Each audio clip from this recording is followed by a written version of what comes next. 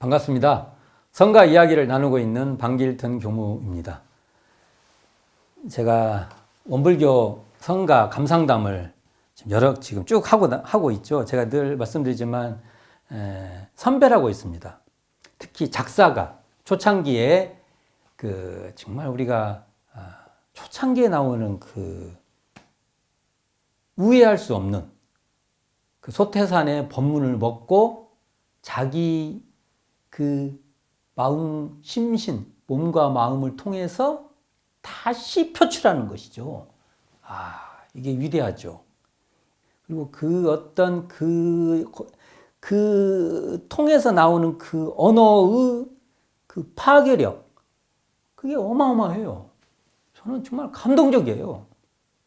우리가 이 소태산 대종사의 법문을 먹어서 다시 자기의 몸과 마음을 통해서 다시 이렇게 표현하는 이 느낌, 이 언어의 이 마음, 언어라는 것은 표현된 그분의 어떤 혼이지 않습니까? 정성, 혈심, 어떤 열정, 어떤 법열, 정진, 감동, 이런 거지 않습니까? 이걸 우리가 거기에 주파수를 못 맞추면 또 그것을 못 느낀다면 참 우리 고민해 봐야 될 내용인데, 성가에 성가 126장까지의 성가에 그러한 내용이 많이 있어요. 그래서 그것을 초창기에 정말 우회할 수 없는, 우리가 반드시 통과해야 되는 그런 어른들을, 선진님들을 다 이 자리에 한번 모셔보고 싶은 거예요. 제가 이 자리에 딱 모셔놓고 선진님이 하는 얘기를 그냥 다시 들으면 좋겠는데 그럴 수 없어서 제가 한번 제 느낌, 또 선진님 말을 제가 다시 받아가지고 또 제 느낌으로 또 쏘는 거예요. 그래서 제 느낌을 한번 이렇게 연유해가지고 해서 저를 착 제외시켜버리고 직접 선진님들의 이 글들, 이 아름다운 정말 감동적인 이 감상들을 접해봤으면 좋겠습니다. 오늘은 성가 이제 107장이죠. 저 허공에 밝은 달은 쉬멀송. 정말 우리 많이 부르는 노래가 유명하죠. 쉬멀송. 법배 때 많이 부릅니다. 이 노래도. 이 노래에 대해서 한번 살펴보도록 하겠습니다. 자, 성가 107장 저 허공에 밝은 달은 쉬멀송이죠. 이게 삼산 김기천 선진께서 지은 가사인데, 성가 이 106장에는 쉬멀송이라는 전체 내용의 전반부만 실려 있는 거예요. 다 실려 있는 게 아닙니다. 한번 찾아서 전체를 한번 읽어보는 것도 참 좋아요. 자, 우리가 삼산종사는 출가 후 성리에 관심이 많았어요. 그래서 하도 몰두를 많이 하니까요. 재미있는 일화가 많아요. 전무 출신에 이제 출가하셔서 성리에 굉장히 관심이 많으셨나 봐요. 서당 훈장하셨잖아요. 천정리 훈장 선생님이에요. 이게 섬사님께서 대종사님하고는 거의 일대 같이 친구죠. 동년배의 친구지 않습니까? 자, 이 삼사님께서요, 이게 대종사님께서 생강이었던가? 지금 공회당 앞에 그가 밭이었어요. 지금 총부에 가면 공회당 있지 않습니까? 그 앞쪽이 밭이었는데 아마 일꾼을 좀 썼던 것 같아요. 근데 좀 지켜봐라 했는데 삼사님이 아마 그때도 연마하셨나 봐요. 연마하다 딴 생각하는 바람에 사람들이 몰래 몇 개씩 이렇게 가져간 것 같아요. 근데 대종사님이 이렇게 그걸 또 봤나 봐요. 그걸. 그래서 삼사님 보고 잘 지켜라고 또 했던 기억이. 이 내용에도 보면은 참 틈이 생기면 골똘히 뭔가 연마하셨던 그런 분 같아요. 삼사님이. 그래서 제가 공회당 앞에 옛날 그 밭이었거든요. 사진도 있어요. 그 일대가 다 밭이었어요. 뭐 옆쪽은 양파밭이고 생강밭이고 막 그랬거든요. 생강일 거예요.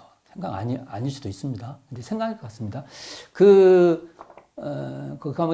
제가 그 그림이 그려져요. 삼사님이 딱 그려져요. 자, 근데 그 뒤에 부산 지방에서 부산 그 교화의 이게 처음 부산 교화를 시작해요. 교무로 파견되는 거죠. 부산 하당. 지금 그래서 하당 성적지라고 이렇게 지금 마련되어 있는데 거기 이제 이 삼산 김기천 선진이 가시지 않습니까?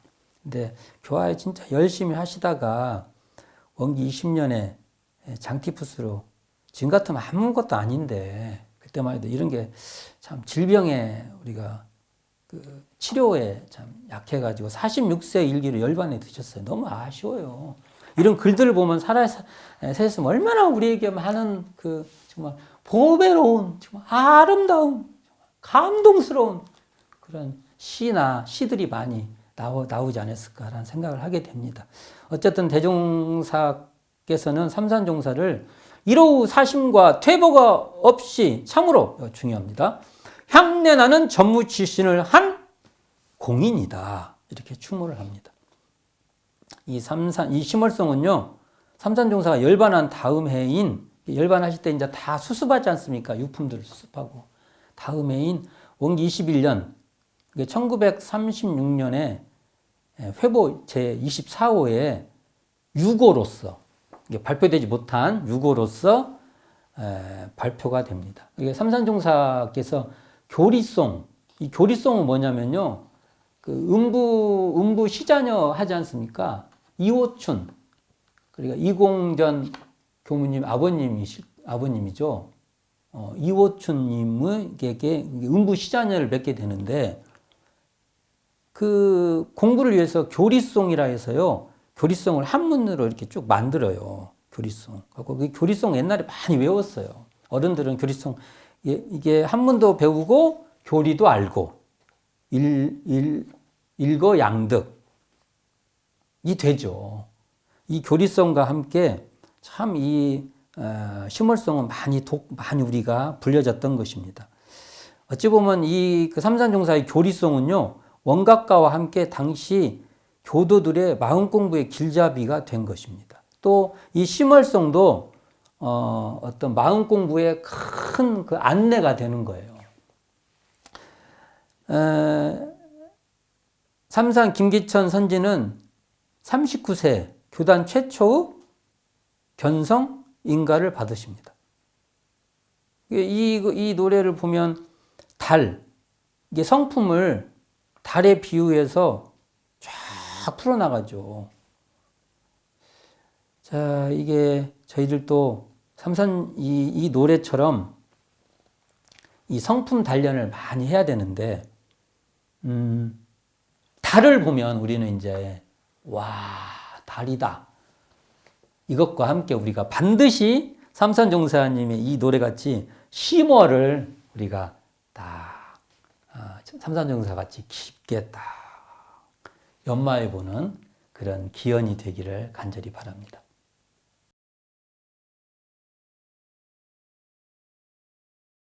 저호공의 밝은 달은 이 심월송 가사를 한번 살펴보도록 하겠습니다. 1절입니다. 저호공의 밝은 달은 다맛 한낱 원체로되 일천강에 당하오면 일천낯이 나타나고 나의 성품 밝은 맘도 또한 한낱 원체로되 일만경계 당하오면 일만낯이 나타나네. 대꾸가 딱딱 맞죠? 대꾸가 사사조. 사사조로 대꾸가 땅땅땅 이렇게 맞춰져 있죠. 여기 보면 원체라는 말이 나옵니다. 둥근 모습. 이렇게 풀어볼 수 있고 또는 뚜렷한 모습. 이 원을 둥글다는 말도 되고 뚜렷하다라는 뜻도 됩니다. 그래서 원체하면 둥근 모습, 뚜렷한 모습 이렇게 우리가 해석할 수 있죠. 자, 성가 107장의 저공의 밝은 달은 이 월인천강지고 그 우리가 보통 쭉 나와 있는 월인천강 달이 천강 온갖 강에 딱 비춘다.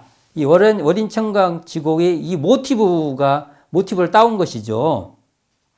그러니까 이게 허공의 달과 강물에 비친 달에 이게 긴장이 있어요. 긴장감이 있습니다.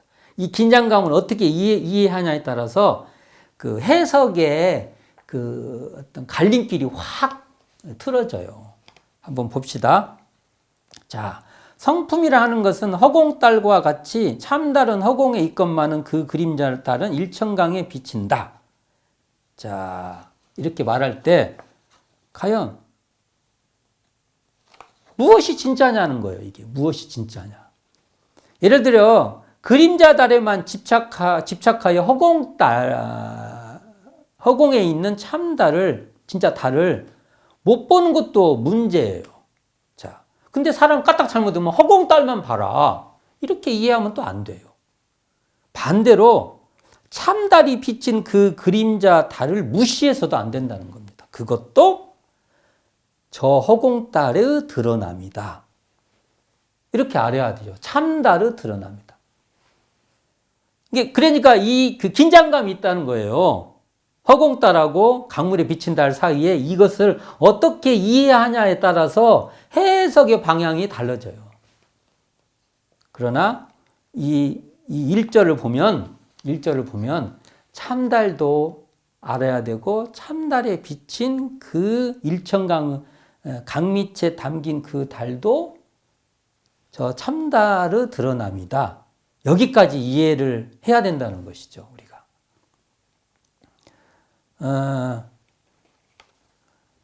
그러니까 대종경 천도품 5장 열반 전후의 후생길 인도하는 법설에 따르면 성품 자체도 중요하고 성품의 드러남도 중요하고 성품의 작용도 다 한 자리로 이해해야 된다는 것이죠. 성품의 당체는 참이고 성품에 드러나는 것들은 거짓이다라고만 말하면 안 된다는 것이죠. 성품의 드러남에만 갇혀가지고 성품의 본 모습을 모를 때의 문제는 있어도 우리가 성품을 이 당체를 알았으면 성품 자체를 알았으면 성품의 드러남인 성품의 드러남이라는 것도 알아야 되고 성품의 작용인 성품의 작용도 우리는 거기까지 알아야 된다는 것이 이 가사의 저는 뜻이라고 이해를 합니다. 자, 여기 보면 그 일만 경계 당하오면 일만 낯이 나타나네. 이거 바치고 대종경 성리품 1장에 청풍월상시 만상자연명을 떠올리게 되죠. 그렇지 않습니까?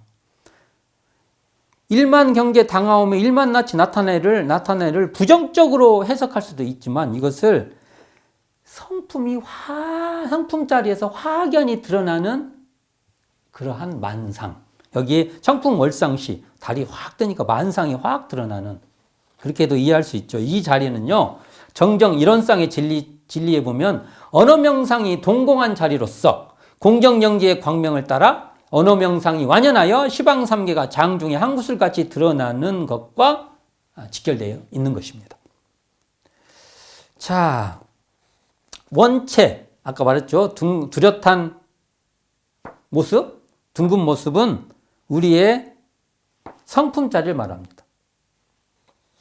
일원상자리죠.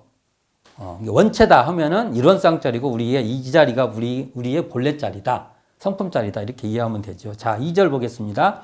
달 사랑하는 번님내야 강 밑에 잠긴 달은 참달이 아니오니 허공달을 사랑하고 마음 참는 주인공아 경계에 착된 마음 참마음이 아니오니 본성마음 찾아보소. 이것도 사사조로 대꾸가 딱딱 맞죠. 자, 여기서 달 사랑 이게 가사는 달 사랑은 이렇게 돼 있어요. 원래는 달 사랑하는 이렇게 되는데 사사조에 맞추려고 한자를 뺀 거예요. 우리는 읽을 때 달 사랑하는 이렇게 읽어야 되고 노래 부를 때는 달 사랑 속으로만 하자 하고 는 이렇게 불러야죠. 그 3절을 봅시다. 고요한 밤 홀로 앉아 이 마음을 간하올째 분별주착 딸지 않고 무심적적 들어가니 적정력 요요 본연한데 일각심을 원명하다 여보소 번님내야 이 심어를 구경하소. 이렇게 되어 있습니다. 자, 여 2절에서 보면은 2절은 이제 아까 말한 대로 이 그림자 달에만 이렇게 그게 단주 알아가지고 참달을 모르면 안 된다. 그런 내용이 나와 있죠.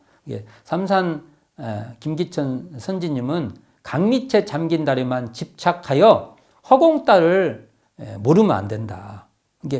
이거 비유가 되죠. 이 비유 그대로 경계에 착된 마음은 참 마음이 아니니 본성 마음을 찾아봐라는 그러한 경책이죠.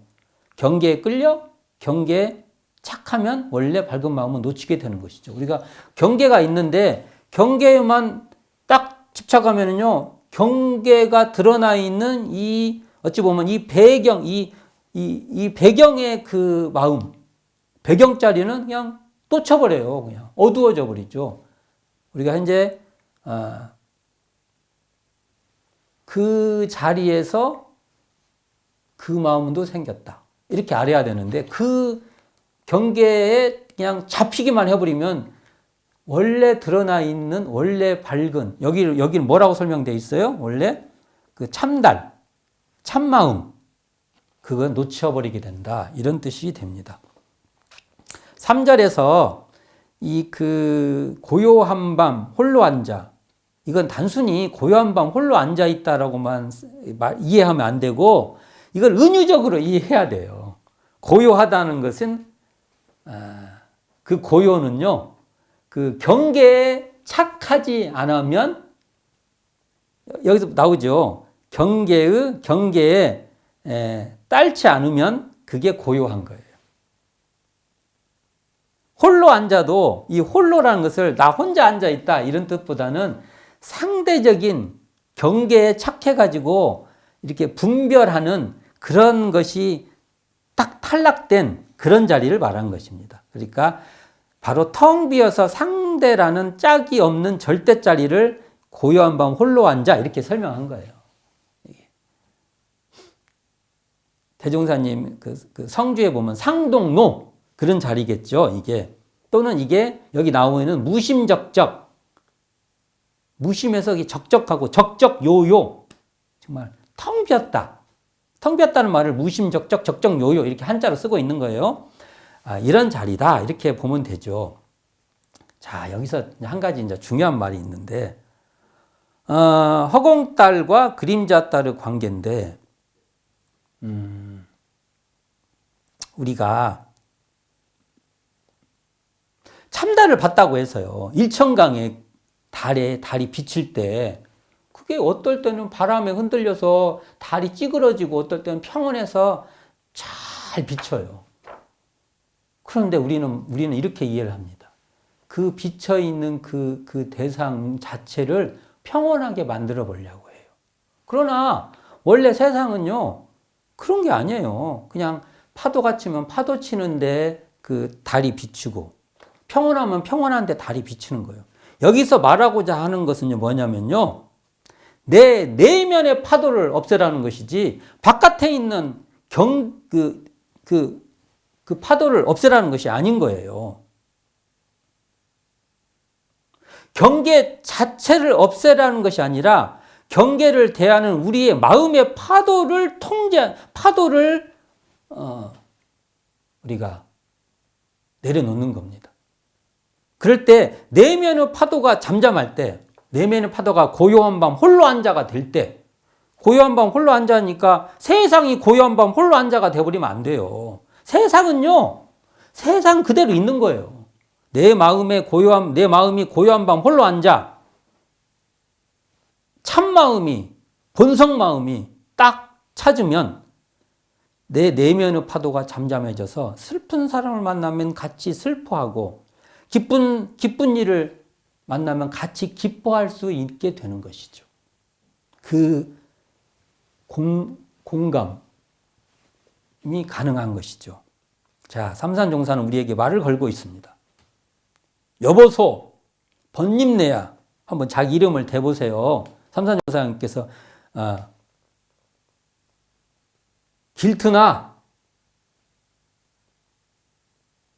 같이 이 공부하는 길튼 번님 이렇게 부른다고 한번 대입을 해보는 거예요. 그러니까 한번 그냥 단순히 말하겠습니다. 길튼아, 이 심을 구경했냐? 하고 저한테 마지막으로 3절에 여보소 번님네야 이 심을을 구경하소 하고 삼산종사께서 우리에게 말을 걸고 있습니다. 마지막에 땅 걸었어요. 길튼아, 심을 보고 있어? 이제 제가 답할 차례입니다. 우리가 답해야 될 차례입니다. 어떻게 말씀할 것입니까? 우리는 말해야 됩니다. 삼사님이 우리에게 다정하게 물었어요. 각자의 마음따를 감상해서 우리는 감상담을 삼사님께 말씀해 보시기 바랍니다.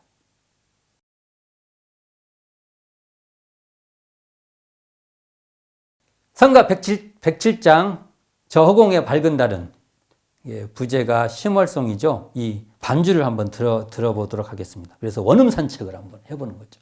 원음을 산책하는 것이죠. 저는 이걸 들을 때마다 씩씩하고 흥겨운 그러한 리듬감, 발걸음을 느끼게 됩니다. 자, 친구들하고요. 친구들 만나기 너무 기분이 좋아요. 이렇게 참 막역한 친구들 만나면. 저 어릴 때 친구하고 런닝 셔츠에 제가 어릴 때 저기 익산에 동산동에 살았거든요. 거기를 두 친구가 막 뭐가 이렇게 좋다고 맨날 걸어 다니는지 모르겠어요. 친구하고 같이. 정말 깨째째한 모습으로 아이고 참 신나네요. 지금 생각하면 웃겨요. 그래서 좋아서 발걸음을, 친구하고 발걸음을 갖고 저희 집하고 가네 집하고 맨날 이렇게 막 신나게 걸어 다녔어요. 지금도, 그 친구 뭐 하는가 모르겠어요. 좀 보고 싶네요. 어떤 그런, 이렇게 행진하는 그런 느낌. 그냥 이렇게 군인이 행진하는 게 아니라 친구하고 같이 이렇게 행진하는 느낌. 그래서 일정한 리듬에 맞춰서 이렇게 움직이지 않습니까? 이렇게 하면서 그때도 옛날 다 비포장도로였어요. 저희 어릴 때 다 비포장도로였어요. 비 많이 오면 막 그 일대 다 범람되고 막 그랬거든요.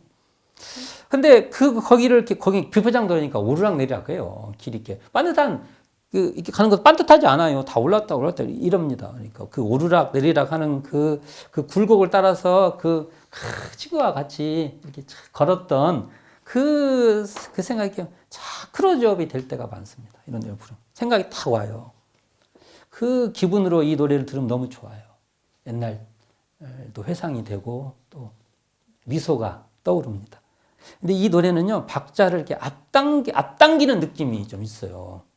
제가 느끼는 건지는 모르지만 이렇게 박자를 살짝 당겨요. 설사 아니라도 저는 그렇게 느낍니다. 전 제 기분에 살짝 당기는데 우리가 이렇게 산에 이렇게 오를 때 바위 같은 거 올 때 살짝 잡아주지 않습니까? 앞 사람이 손을 잡고 그때 이렇게 살짝 이렇게 당길 때 이렇게 탁 당겨오는 느낌이 있어요.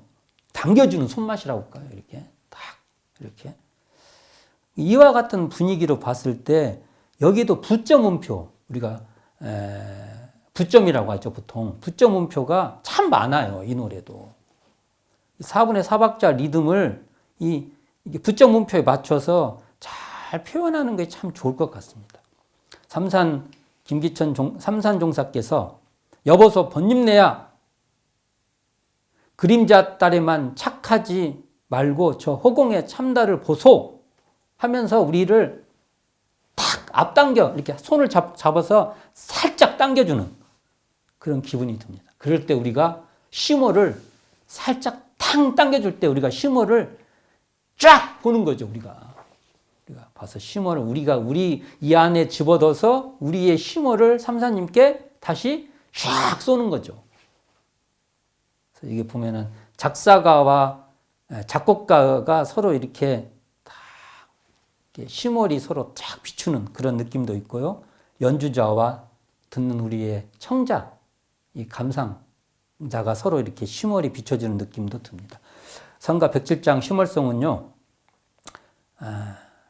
저 허공에 밝은 달은, 이 노래는 김희조 작곡으로 원기 52년 1967년 정화사에 의해서 성가로 제정됩니다. 작곡가 김희조 선생님은 서울 종로 출생으로 창, 민요, 국악을 서양 음악과 조화를 시켜서 행진곡과 뮤지컬 등을 한국화 하는데 지대한功을 쌓은 한국 음악계의 큰 족적을 남긴 그런 작곡가입니다.